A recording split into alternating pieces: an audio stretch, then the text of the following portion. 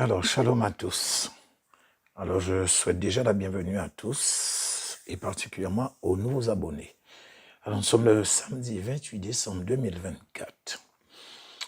Alors, n'attendez pas sur moi pour vous souhaiter ce en quoi je ne crois pas ou je n'adhère pas. Entre autres, les bons réveillons ou encore les bonnes années 2025, bien sûr pour ceux qui vont recevoir l'enseignement au début de l'année 2025, c'est-à-dire en janvier. Bon, peut-être que certains se disent, mais qu'est-ce qu'il y a dans ça? Vous savez, si vous faites un retour en arrière et voyez le nombre de personnes qu'on a souhaité bonne année alors je prends l'année 1900 à 2024, ce qui nous fait à peu près 124 ans. Combien n'ont pas fini la journée? Ils sont morts et pour certains dans des circonstances atroces. C'est-à-dire que si vous partez à partir de 1900 jusqu'à 2024, du 1er janvier au 31 janvier de chaque année, comme ça, pendant 124 ans, tellement de gens qu'on a dit, bonne année mon frère, bonne année ma soeur, bonne année telle. Et puis on entend que la personne a eu un accident 2 jours, 3 jours après. Parce qu'il y en a eu comme ça à l'appel. On entend un attentat quelque part, il y a eu des dizaines de morts et de blessés. Et parmi ces gens, il y en a beaucoup à qui on a souhaité bonne année. Est-ce que l'année a été bonne pour eux? Non. Par contre, je peux vous dire que le sang de Jésus-Christ de Nazareth vous couvre, que ceux qui n'ont pas fait de rencontre avec le Seigneur Jésus-Christ le fassent pour 2025, que le Seigneur se révèle à eux. Ça, oui, je peux vous le dire, je peux vous le souhaiter, même le prophétiser sur votre vie. Amen. Ok. Alors, j'ai fait cette vidéo. En fait, ce n'est qu'un rappel par rapport à un premier enseignement que j'avais déjà fait sur ce même sujet et cette même chaîne. Mais en fait, je constate que l'incompréhension persiste et grandit. Et même que ça continue de prendre de l'ampleur sur la toile. Donc, je veux interpeller ceux qui continuent à appeler des serviteurs de Dieu faux. Et bien sûr, vous évitez de rentrer dans la nouvelle année qui arrive là, 2025, avec les carences et les faiblesses de 2024, parce que le Seigneur a été très clair, et ça vous le savez. Beaucoup de révélations du Seigneur sur la toile, le Seigneur est en train de mettre en garde ceux qui appellent ses serviteurs faux pasteurs, faux prophètes, faux enseignants, faux docteurs, en fait tout ce que vous voulez.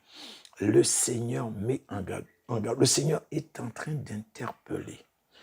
Et moi, ce que je comprends, c'est que beaucoup sont tombés dans le piège de l'ennemi et appellent à tout va, faux à droite, faux à gauche. Mais en fait, sans véritablement comprendre ou faire la différence, la distinction entre un serviteur de Dieu et un faux tout court. Alors pour ma part, l'équation est simple. Premièrement, vrai serviteur de Dieu, ça n'existe pas. Faux serviteur de Dieu, ça n'existe pas non plus. Vous pouvez chercher dans la Bible de Genèse à Apocalypse, vous n'allez trouver aucun verset qui parle de vrais serviteurs de Dieu et de faux serviteurs de Dieu. Tout ça pour moi n'est qu'un concept qui sort de l'imaginaire collectif. Et en fait, que je vais dire que c'est pour moi une sorte de formule vide. Enfin, en tout cas, c'est comme ça que je le vois. Alors, vu qu'il y en a beaucoup qui contestent, alors qu'ils n'ont pas compris le principe élémentaire du vrai et du faux, alors je vais de nouveau vous rappeler la base même du principe du faux et du vrai. Après, si certains veulent insister, le Seigneur ne pourra aucunement me le reprocher. Donc, afin de vous démontrer le principe basique du faux et du vrai, je vous ai mis déjà en image de couverture, vous le voyez déjà, hein? Enfin, vous voyez cette image, 2 billets de banque. Donc, il y en a un qui est vrai et il y en a un qui est faux. Alors, j'ouvre une parenthèse. Ce sont des captures d'écran, donc c'est sur Internet que j'ai pris ça, hein, afin que la police, ou je ne sais pas, ils ne pensent que je suis un faussaire, je suis en train de faire des faux billets.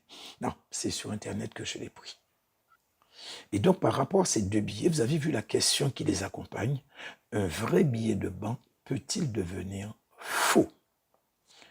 Pour le principe, c'est non. Et ça restera toujours non. Il est impossible qu'un billet de banque authentique puisse devenir faux, même s'il serait maculé de sang, d'encre de boue déchirée, même avec de la matière fécale ou si vous préférez de l'excrément humain dessus, il ne deviendra jamais, mais jamais un faux billet. Il sera classé comme étant billet, donc par la Banque centrale, comme étant billet usagé, billet impropre à la circulation, billet bon pour la destruction, mais jamais de catégorifié de faux billets. Et ça, c'est un principe élémentaire. Donc, essayez de le retenir. Ni non plus, un billet qui n'est pas authentique ou qui est faux puisse être reconnu par la Banque centrale de ce même pays comme étant un billet vrai, un billet authentique. Non, il est impossible que ce billet puisse devenir un vrai billet ou un billet authentique. Il n'y a aucune chance qu'il le devienne. Même s'il serait un billet, comme on dit dans le langage courant, un billet craquant qui sort du distributeur, enfin, déjà, il ne peut pas sortir du distributeur s'il est faux. Mais je veux dire, comme les billets neufs, craquants, qui sortent du distributeur. Donc, ce billet qui est faux, même s'il serait immaculé, comme je viens de dire, sans aucune tache, sans pli, sans déchirure, il est vraiment nickel, il ne pourra jamais, mais jamais devenir un vrai ou un authentique billet. Ça encore, c'est une clé. Retenez-le. Alors, pourquoi ni l'un ni l'autre ne pourront jamais changer de catégorie? Parce qu'ils ont chacun une nature qui leur est propre. Soit la nature authentique ou vraie, ou ça, soit la nature fausse. C'est aussi simple que ça. Et donc, mon frère, ma soeur, il en est de même pour les serviteurs de Dieu. Tous ceux qui sont appelés par le Seigneur sont des serviteurs authentiques de Dieu. Il ne peut pas appeler un faux serviteur, ni appeler un vrai serviteur. En fait, il appelle quelqu'un en tant que serviteur tout court, à ne pas mélanger ou confondre avec ce que ce serviteur va faire par la suite. Que ce soit bien ou mal, ce n'est pas ce qui va, si vous voulez, va faire ou qui va déterminer son authenticité en tant que serviteur de Dieu. C'est son appel qui le détermine. Et qu'il fasse des choses mauvaises ou des choses qui ne sont pas bonnes, mon frère, ma soeur, ce n'est pas ton problème. Tu dois regarder ce que dit la Bible et non ce que définissent certains par rapport à leur interprétation qui ne suit pas la logique biblique, mais la logique et la compréhension humaine. Et donc, c'est tout simplement à toi, mon frère, ma soeur, à appliquer la parole de Dieu. C'est-à-dire, c'est dans le livre de Jacques, autant que je me souvienne, qui dit « Observez toutes choses et retenez ce qui est bon ». Voilà ce que dit la parole. Voyez bien ce qui est écrit, hein? Observez toutes choses. Et pas dit écoutez, hein, parce qu'il y en a beaucoup qui mélangent quand ils entendent quelqu'un dire, ils prennent ce verset pour mettre dans... Non, ça concerne les choses qu'on voit avec ses yeux. Donc, tu es quelque part, mon frère, ma soeur, tu as vu des choses, les choses ne correspondent pas à ce que la Bible dit. Tu as une seule chose à faire, c'est de rejeter. Voilà ce que la Bible te demande. Et d'ailleurs, nous n'avons aucun verset, aucun cas dans la Bible où le Seigneur aurait appelé un serviteur et après dise qu'il est devenu un faux. Autrement, il serait en contradiction flagrante avec lui-même. Le Seigneur ne peut pas appeler un serviteur pour qu'il devienne faux. Non, il est impossible qu'il devienne faux. Il restera, vaille que vaille, un vrai serviteur de Dieu. Et d'ailleurs, nous allons voir ce que les évangiles disent. Donc, c'est dans le livre de Matthieu. Matthieu 7, 15 à 18. On nous dit, « Gardez-vous des faux prophètes. Ils viennent à vous en vêtements de brebis, mais au-dedans, ce sont des loups ravisseurs. » Verset 16. « Vous les reconnaîtrez à leurs fruits. Cueille-t-on des raisins sur des épines ou des figues sur des chardons ?» Verset 17. « Tout bon arbre porte de bons fruits, mais le mauvais arbre porte de mauvais fruits. » Verset 18. « Un bon arbre ne peut porter de mauvais fruits, ni un mauvais arbre porter de bons fruits. » Parole du Seigneur. Donc, vous avez vu ce que nous dit la Bible. Le Seigneur dit au verset 15, « Gardez-vous des faux prophètes. » Ensuite, il dit qu'ils viennent en vêtements de brebis, mais ce sont des loups ravisseurs. Ensuite, il parle de leurs fruits et aussi de leur châtiment. Mais dans ces versets, le Seigneur ne parle pas de personnes qu'il aurait appelées en tant que prophètes. Le Seigneur s'adresse ici à une catégorie de personnes bien précises. Alors, excusez, on avait sonné. Et donc, j'espère que je ne perds pas mon fil. Donc, je disais, donc les versets que nous avons lus, le Seigneur ne parlait pas des gens, enfin de ceux qu'il a appelés en tant que prophètes, mais qu'il s'adressait à une catégorie bien précise, une catégorie de personnes bien précises. Et en fait, c'est le verset 22 qui va confirmer qu'il ne s'agit pas de gens appelés par Dieu pour son œuvre dans les versets que nous venons de lire. Alors, le verset 22 nous dit, « Plusieurs me diront ce jour-là, « Seigneur, Seigneur, n'avons-nous pas prophétisé par ton nom? N'avons-nous pas chassé des démons par ton nom? Et n'avons-nous pas fait beaucoup de miracles par ton nom? » Ok. Nous avons vu que le Seigneur a ciblé une catégorie de personnes bien précises dans le verset 15. Il s'agit des faux prophètes. Et il a dit que tout arbre qui ne produit pas de bons fruits, il est coupé et jeté au feu. Or, nous savons tous ce que fait le feu. Maintenant, verset 22, il envoie un message très clair, mais aussi terrifiant. Et cette fois, c'est un message pour une autre catégorie, mais cette fois plus large. On va trouver dans cette catégorie divers ministères. Donc, ce sont ceux qui sont concernés par l'iniquité. Donc, l'iniquité, j'en ai déjà parlé. Je ne reviendrai pas dessus. Je vais juste rappeler l'essence même ou la définition de l'iniquité pour ceux qui voudraient connaître ou pour se rappeler. Alors, j'avais dit que l'iniquité, c'est le fait de faire l'œuvre de Dieu, mais pas comme ça doit se faire. En d'autres termes, c'est ne pas se conformer aux directives que le Seigneur a données dans sa parole pour accomplir son œuvre. Donc, par exemple, demander une offrande ou une bénédiction en numéraire, que ce soit direct, de manière directe ou indirecte, donc en numéraire, par exemple pour une prière, pour une prophétie, etc. Et ça, c'est de l'iniquité. Mais bien sûr, si vous voulez en savoir plus, alors à ce moment-là, il faudra aller écouter directement l'enseignement. Donc c'est sur cette même chaîne. Mais dans tout ça, j'ouvre une petite parenthèse. C'est quand même un peu triste de voir que j'ai eu un commentaire pour cet enseignement. Mais en fait, j'étais surpris de sa teneur. Celui qui a commenté a écrit que j'étais en train d'ergoter. Par contre, ce que je sais, je le lui ai dit, je lui ai dit qu'il n'a pas demandé à Dieu. Effectivement, il n'a rien demandé à Dieu. Mais il est passé directement en mode jugement avec moi. Donc vous voyez, je ne dis pas d'accepter tout ce que je dis. Voilà pourquoi je vous encourage à demander à Dieu. Mais vous voyez, moi, dans un cas comme celui-là, si je sais que j'ai pratiqué cette méthode, donc l'iniquité, et que j'ignorais la définition, et que le Seigneur a permis à l'un de ses serviteurs de m'éclairer là-dessus, ben, au lieu de critiquer le serviteur de Dieu, déjà je serais dans un premier temps, je peux vous le dire, en mode panique. Car je me serais déjà compris dans une situation très délicate. Donc j'aurais prié, demandé au Seigneur de me révéler ma situation et j'aurais attendu de voir ce qu'il dit. Car si vous ne le faites pas, ne pensez pas qu'il y aura de vice de forme quand Dieu jugera ceux qui sont dans ce péché-là, c'est-à-dire l'iniquité. Il n'y a pas de procès ajourné, vice de forme de procédure non-lieu, etc. En fait, tous ces trucs qu'on trouve dans les tribunaux, quand on juge sur la terre, ça n'existe pas chez Dieu. Ça n'existe pas dans le ciel. Donc, ceux qui sont dans cette situation, moi, ce que je leur conseille, c'est de prier, de jeûner, de demander à Dieu. Au moins, vous serez fixés. Mais, je sais que ce que j'ai dit sur l'iniquité, je sais que c'est vrai. Et donc, pour revenir un peu sur ce que je disais, nous pouvons voir qu'au verset 22, le Seigneur s'adresse cette fois aux vrais prophètes, puisqu'il a déjà dit ce qui arriverait aux faux prophètes. Donc, je viens de vous le dire, nous l'avons lu. Tout arbre qui ne produit pas de bons fruits est coupé et jeté au feu.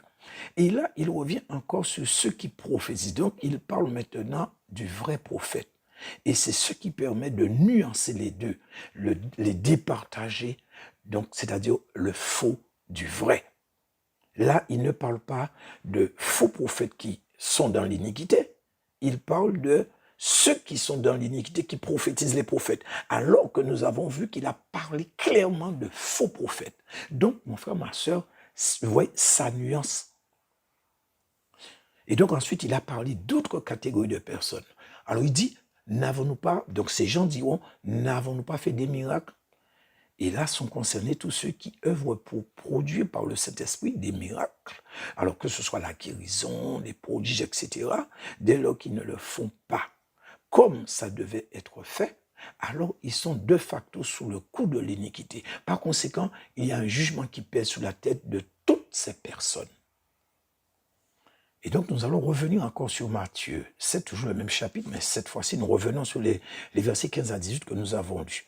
Alors, je ne vais pas relire parce qu'on l'a déjà lu, mais nous devons maintenant analyser ce qui va tout déterminer par rapport à la compréhension de ces versets. Et nous devons nous concentrer, nous focaliser sur le mot le plus important dans ces versets. Et en fait, c'est l'expression « faux prophète » qui est au verset 15. Et donc, je vais vous poser la question comme ça. Hein. Avez-vous cherché la définition de cette expression dans la Bible? Je sais que pour la grande majorité, la très grande majorité, c'est non. Alors, je l'ai fait pour vous.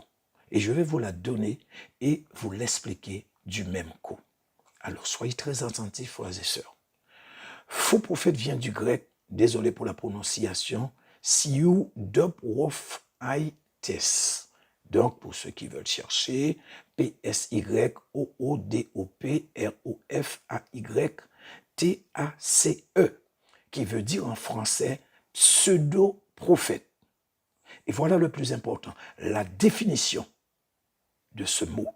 Donc, ce même mot grec veut dire quelqu'un qui, se faisant passer pour un prophète divinement inspiré, annonce des choses fausses, les faisant passer pour des prophéties divines. Mon frère, ma soeur, tu as entendu la définition? Ça ne vient pas de moi. Je l'ai pris directement dans la traduction biblique sur le net. Quelqu'un qui, se faisant passer pour un prophète divinement inspiré, annonce des choses fausses, les faisant passer pour des révélations ou prophéties divines. Ça ne vous rappelle pas le prophète Élie? N'est-ce pas les prophètes de Baal qui étaient catégorifiés en tant que faux prophètes à l'époque du prophète Élie? Oui.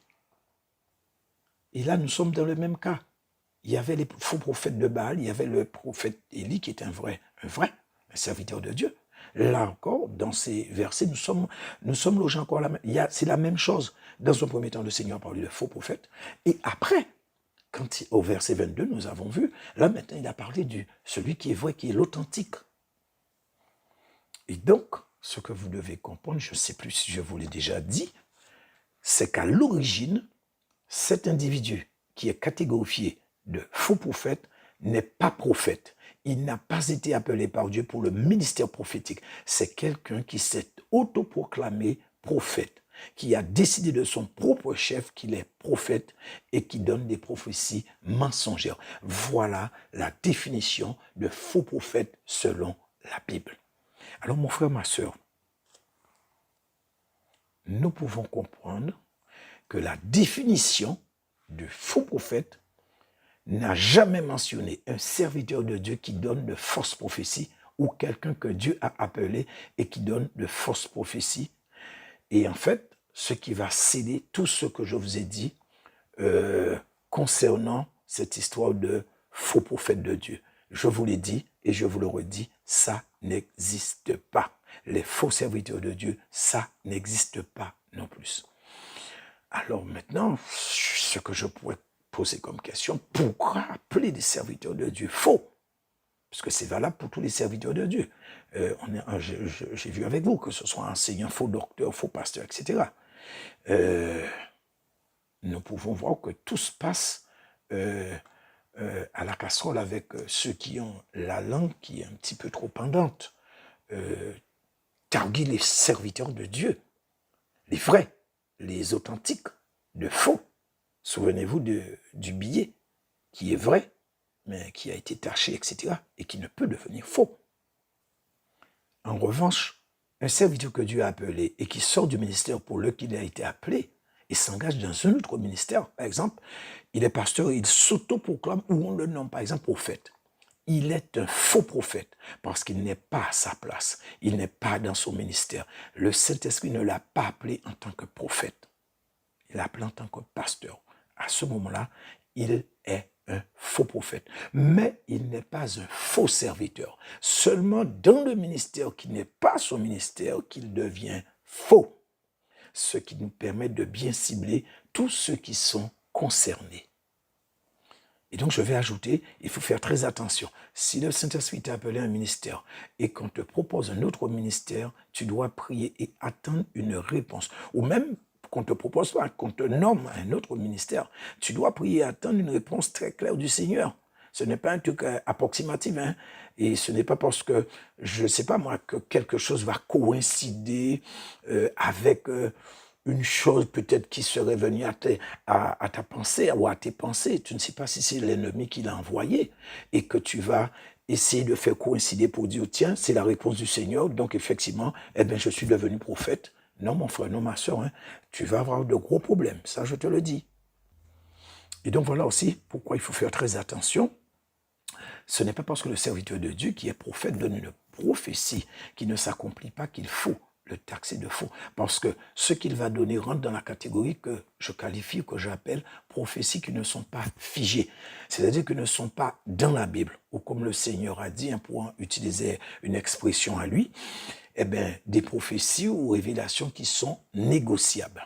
Donc, en d'autres termes, les prophéties dans la Bible doivent s'accomplir vaille que vaille. Hein. Qu'on le veuille ou non, ça doit s'accomplir.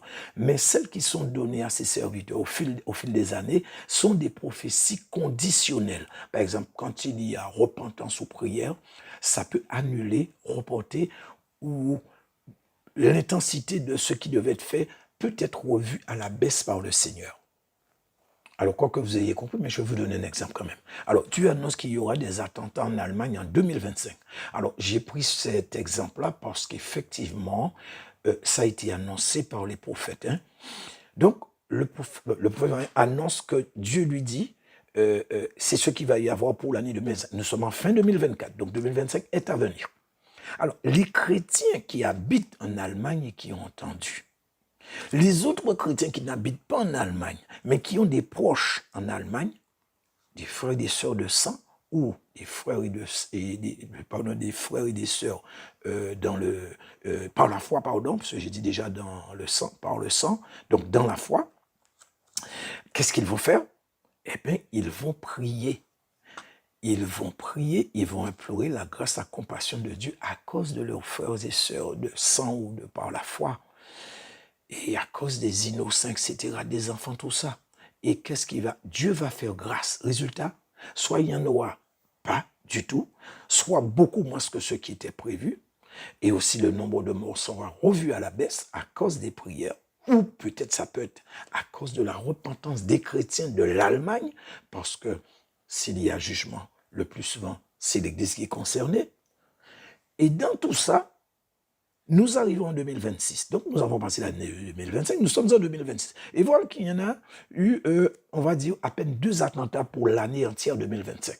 Et il y a eu très très très peu de morts. Alors certains qui ne sont pas tout à fait affermis, d'autres qui aiment palabrer ou qui ont la langue pendante, ou peut-être aussi qui n'aiment pas le prophète qui a annoncé la prophétie, ou peut-être aussi que ce prophète, le Seigneur aurait pu lui donner une révélation, une prophétie sur un autre serviteur qui lui demande de se repentir et qu'il a mis sur la toile. Alors, qu'est-ce que va faire ce dernier? Il va commencer à appeler le serviteur de Dieu faux prophète. En fait, il va faire une vidéo pour dénoncer le prophète et l'appeler faux prophète. Ah oui, il avait dit qu'il y avait y avoir beaucoup d'attentats, beaucoup de morts, mais en fait, il n'y a eu qu'à peine 2 et très très très peu de morts. Peut-être qu'il n'y a pas eu de mort du tout, je ne sais pas.